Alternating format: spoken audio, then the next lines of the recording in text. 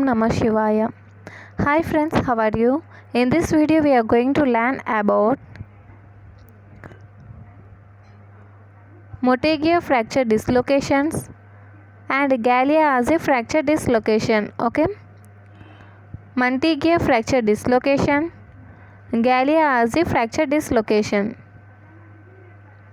See here, when the elbow is fully extended, the tip of olecranon process and medial and lateral epicondyle of the humerus lie in a small horizontal line.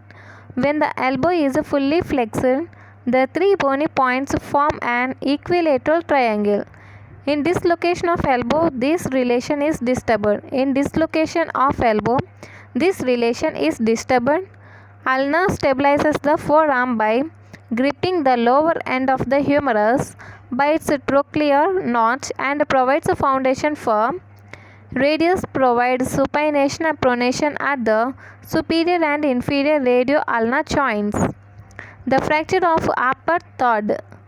The fracture of upper third of shaft of ulna with dislocation of radial head at superior radio-ulnar joint is called Montague fracture dislocations. That means dislocation of radial head, dislocation of radial head at superior. It is the main point.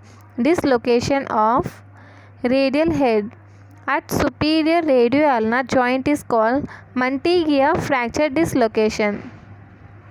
Next, the fracture of lower third of shaft of radius. The fracture of lower third of shaft of radius associated with dislocation of inferior radio-ulnar joint is called Gallia-Azzi fracture dislocation. Okay, the fracture of lower third of shaft of radius associated with dislocation of inferior radio-ulnar joint is called Gallia-Azzi fracture dislocation. The fracture of the shaft of ulna due to direct injury when a night watchman flexibly raises his forearm to ward off the blow of stick is termed night stick fracture. Okay, see once again. When the elbow is fully extended, the tip of olecranon process and medial and lateral epicondyles of the humerus lie in a same horizontal line.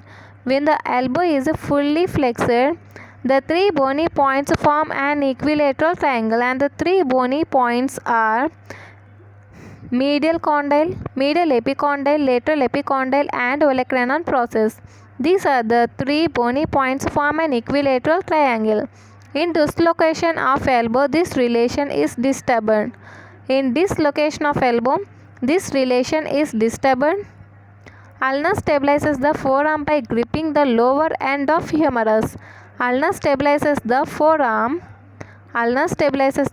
by gripping the lower end of humerus by its trochlear notch and provides a foundation for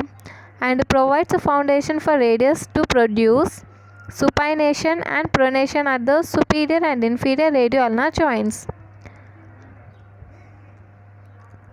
And this ulna provides a foundation for radius to produce supination and pronation at the superior and inferior radio-ulnar joints.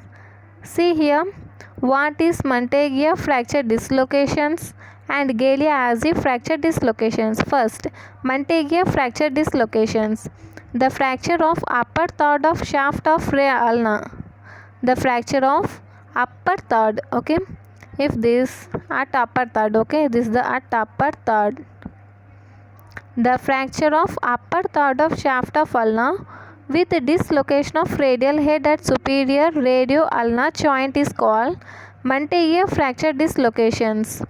The fracture of lower third of, okay, see here, the fracture of lower third of shaft of radius. If this is radius at lower third, okay, at lower third, the fracture of lower third of shaft of radius associated with dislocation of inferior radio-ulnar joint is called Gallia-Azzi fracture dislocation. at ulna. One thought, the fracture we call Montague fracture dislocation. If this is radius and the fracture at lower one third and causes the dislocation of inferior radioulnar joint, we call Gallia fracture dislocation. A fracture of the shaft of ulna due to direct injury when a night watchman flexibly raises his forearm toward of the blow of the stick, okay, is termed nightstick fracture.